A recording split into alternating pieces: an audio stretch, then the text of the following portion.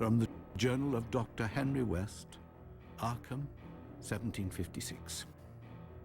Was it only 4 years ago that I first stepped ashore at Boston Harbor, with my beloved bride, Lenora, at my side? She is dead now. Taken by cholera.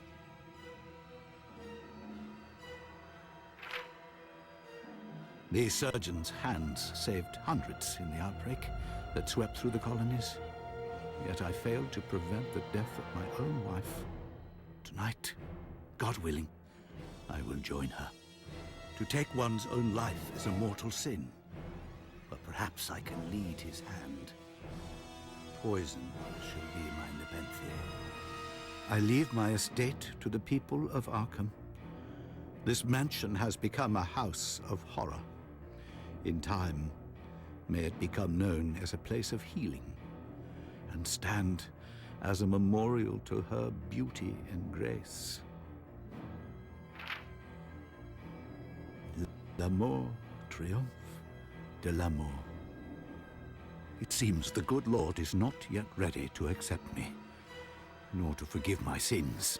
For as I lay at the threshold to the eternal abyss, an angel spoke to me, his face a pale mask of serenity. His message: she doesn't have to die. I returned from that dark place with knowledge of a means by which to arrest time's advances upon the flesh, and the promise that, God willing, science might one day restore Lenora to life. My rational mind tells me it was a delusion, born of the laudanum I took, nothing more. And yet, the apparition had spoken the truth.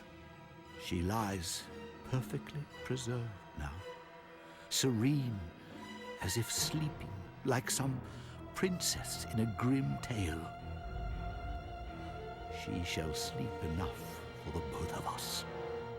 I must go to work.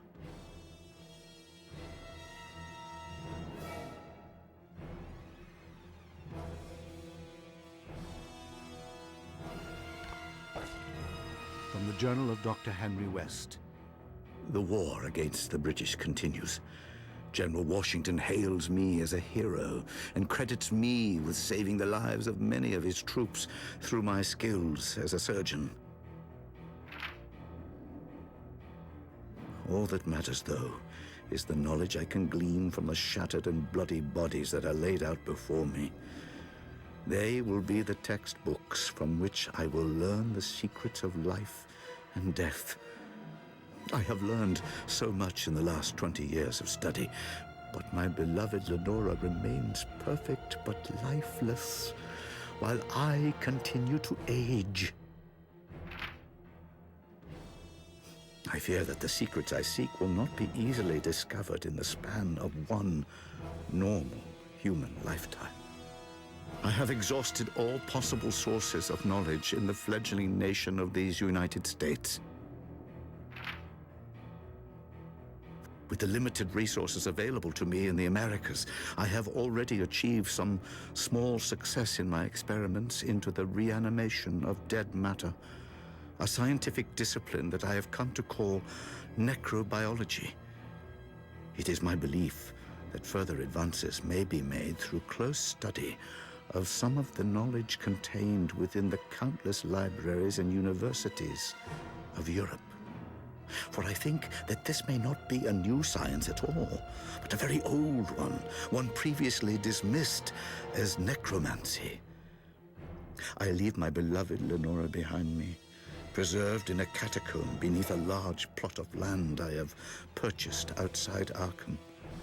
She will remain there, safe and hidden, until I return.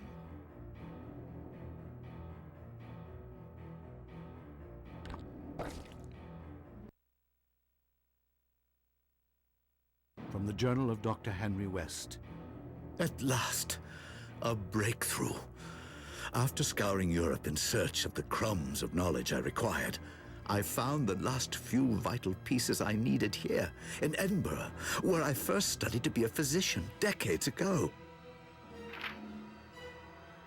What I have found is not a means of restoring life, but of prolonging it. Armed with this new knowledge, I will be able to extend my life far beyond its natural limit, allowing me to work tirelessly to achieve my goal. Wherever I go, I am driven out, pursued by angry mobs and rumors of witchcraft and murder. These ignorant fools! It is not witchcraft I practice, but science. And does not science require sacrifice? War again, as the great European powers take to the field against each other. I care not for the petty squabbles of nations and conquerors. All that matters is the work and the advancement of my knowledge of the frailties of human flesh and the ways in which it can be surgically altered and improved upon. Surgery is the key to the restoration of life. I feel sure of it now. A few more decades, a few more wars, and my scalpel blade will finally cut through to find the secret knowledge that I know is hidden within these maimed and bloodied forms. It is time for Henry West, MD, to leave Arkham once more. I've been here too long, and rumors are beginning to circulate, drawing attention to my apparently unaging appearance. I have already laid the groundwork for my eventual return. A nephew has been mentioned. Howard Phillips West, a surgeon and man of science, like myself. A decade or two from now, he will come to Arkham to claim the inheritance left to him by his now late uncle. I leave my beloved Lenora resting in the secret place within the chapel I have built for her, where I know she will patiently await my return. From the Journal of Dr. Henry West, the Crimean Peninsula, 1854. Europe is at war again, providing me with more surgical fodder for my work. Humanity concerns itself with death. I am concerned with life, with reversing the effects of death, and restoring my beloved Lenora to my side, with conquering death itself. From the Journal of Dr. Henry West, Georgia, 1864. Arkham is a distant memory, and my image of Lenora has grown indistinct. Yet still, I can vividly recall the scent of her hair and the warmth of her lips. I know she waits for me still. Almost a century has passed since I began my search. I've seen wars, famine, empires rise and fall, and so much suffering. My experiences have led me to explore realms I would once have dismissed as superstition and fancy. Now at last, my journey is over. At last, I have the means to restore my beloved to life. I return to West Mansion and to my love. The house shall soon be alive once more with the infectious sound of Lenora's joyful laughter.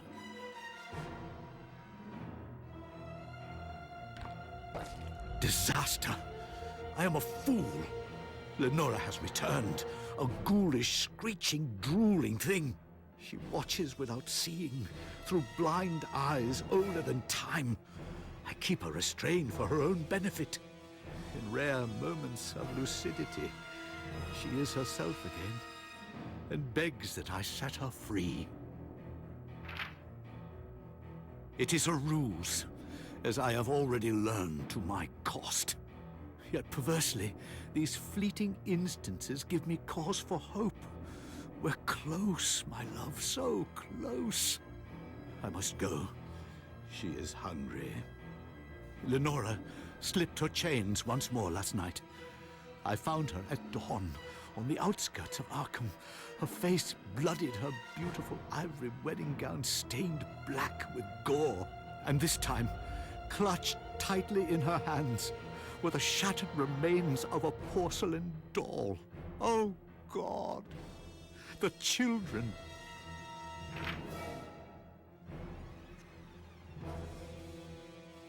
From the Journal of Dr. Henry West, Cambridge, 1866. What devilry is this? I have been sent to Cambridge on a wild goose chase by Arkham's magistrate. The patient did not keep our appointment. His house is deserted. 2 days of travel have been for naught. I cannot shake this dread feeling deep in my heart that something is terribly amiss. 6 o'clock. Too exhausted to sleep. The sun rises, today as every other. Yet something has forever changed. I feel not its warm embrace. I cannot yet make sense of this madness. I write this account of last night only to convince myself of its irrevocable outcome. My heart is dead. Lenora is no more.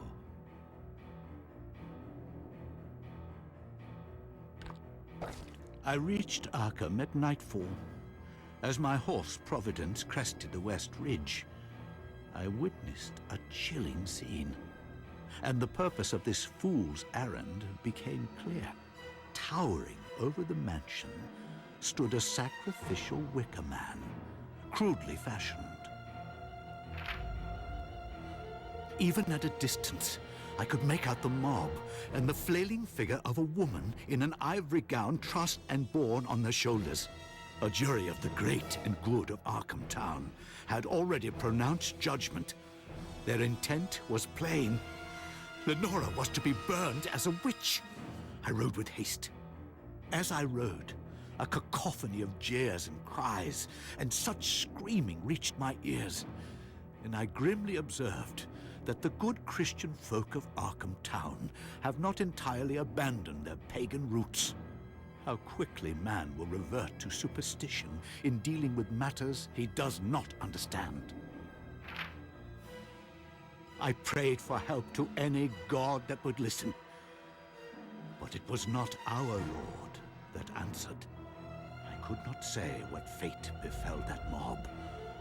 Only that their shouting and jeering turned to screams, and then a strange, inhuman moaning that chilled my blood. In that garden, last night, I did bear witness to a succession of events I can scarcely believe, though they did happen.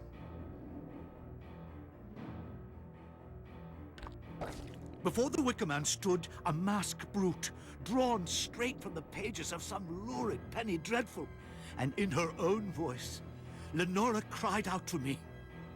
And then, in a ghastly parody of life, that rough-hewn effigy did begin to move, groaning, creaking like the gates of hell. The brute began to scale that tumble-down colossus, and with inhuman strength did he tear apart the Wicker Man and set Lenora free. I used my talents only to serve mankind. My reward is ruination. So be it. All that remains of my wife are memories and her wedding ring. In time, both will tarnish. Science has failed me. Humanity is a luxury I can no longer afford. I shall put my faith in older gods. I will tear down the gates of heaven to find you, Lenora, and I shall reach them on a stairway built from the stacked corpses of the good people of Arkham. And the body of her masked executioner shall form the final step.